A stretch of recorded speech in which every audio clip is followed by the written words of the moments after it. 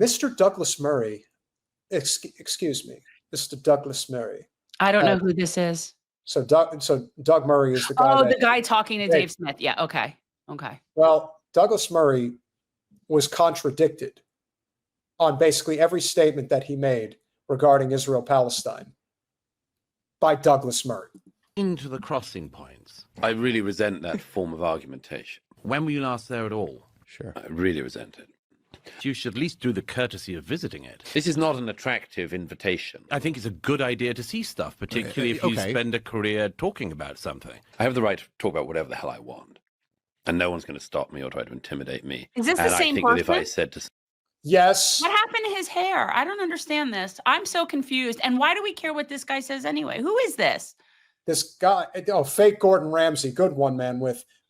this is the guy who debated Dave Smith, and no. I get that, but who is he that he would be debating Dave Smith, and why do we care what he thinks? That's what I mean. He's considered a intellectual who fully supports Israel and its cause, but he's also a free speech guy. So he is given a certain degree of credibility as a result. he's like a Jordan Peterson douche.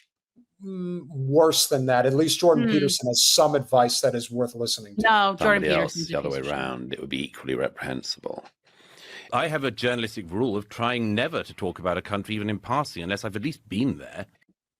First of all, do you know how ignorant and arrogant that is? Yeah. He did. But it isn't just so much that Murray screwed himself by going on to Rogan. He screwed the Zionist cause by going on to Rogan. Love it. They have nowhere to go but down. Like everything they say, just like how Kamala, when I said in the very beginning, she can't win because every time she opens her mouth, she'll get less and less people. This is sort of the inverse. These people can't help themselves. I actually like that they do this shit. No, I definitely agree. And the one thing we have agreed from the very beginning, despite everything that has happened, we knew that this was it will eventually end because they don't know when to say when. And now that they're on the run, now it's going to be even worse. If I said, shut up, you have no right to criticize anything that Douglas Murray says because... Hang on, you're talking about crossing points. And not only have you never been to a crossing point in either Egypt or in Israel, but you've never even been to the region. Okay. It's not an exact comparison, but seriously, is that a reasonable form of argument? I don't understand these two people. Is that the same person? In that case, no.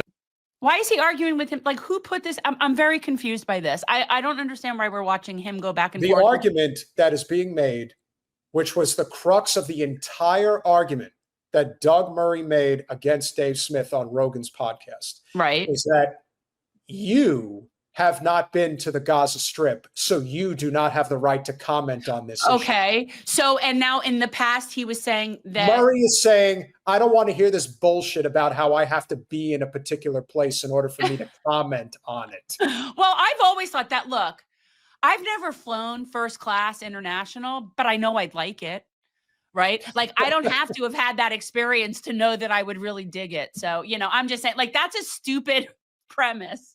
First of all, he also completely gives off the negative stereotype out of every upper crust, snooty British asshole that you could possibly come across. He is that in spades.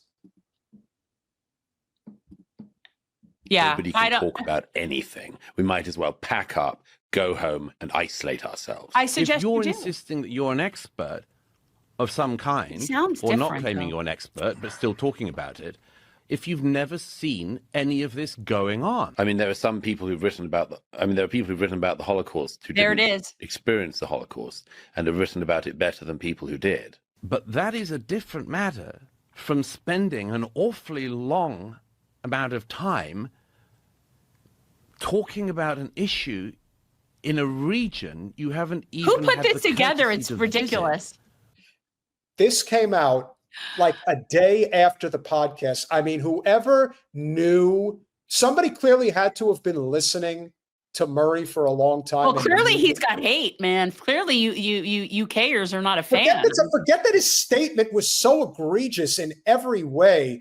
The fact I that agree, there was, Philip. Yeah. Well, I mean, come on.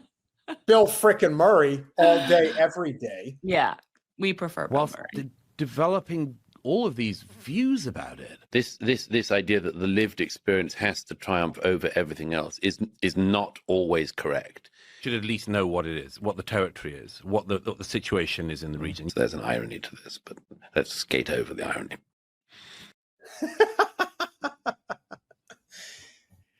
Mr. Murray, you are not He did not do himself a favor by going on Rogan, because that'll be interesting. You know, now he will take a hit. Well, in a way, we could chastise him, but in a way, we should also thank Mr. Douglas Murray. Well, he's apparently a fascist Zio. Well, we should thank him for being such a jackoff and going on a podcast, because his ego is so big. He was like, "Oh, I'll have the opportunity to go on with Joe Rogan and Dave Smith, and I will show him exactly why us Brits love the Israels." And then I'm thinking, good, please do it, because your pompous ass will come off in such a way that people are not going to like your argument anyway. No. Then you add in the fact that you were on the side of genocide. That's strike two. Strike three is the fact that you are a colossal hypocrite, where people actually have receipts of you basically contradicting your primary argument against Dave Smith. You just don't know what's going on in Gaza and the West Bank because you've never been there. Well, is that any different than that guy that I know telling me that I should go run for Congress in Gaza? Like, this is how these people think. Like, well, hold on. That's their out. Well, they tell you to go to Gaza because they want you to get killed. That's why they're saying. Well, they think that I just don't know what I'm talking about, and that if I think those people are so great, I should go live with them. That's what it is, more than they want me to be killed. It's they think that if I think they're so great, I should go live there. I do think they're great. I think they're fucking awesome. Yeah, we need to have that like 5-second audio clip when Norman Finkelstein called Destiny, "You are such a fantastic moron." Like that's a soundbite we need, because Destiny was trying to tell Norman Finkelstein about Israel, Palestine, and how things are. He puts his hands up in the air and says, yeah, and he called him by his real name. He says, "You are such a fantastic moron." Oh, it's my like, God, that's so funny. And I love, love when a crotchety old guy is basically telling a new guy, just because you're popular on social media doesn't mean you know jack shit about the real world. And it's true. Neither does he. And that is why we have to continue to put this issue front and center.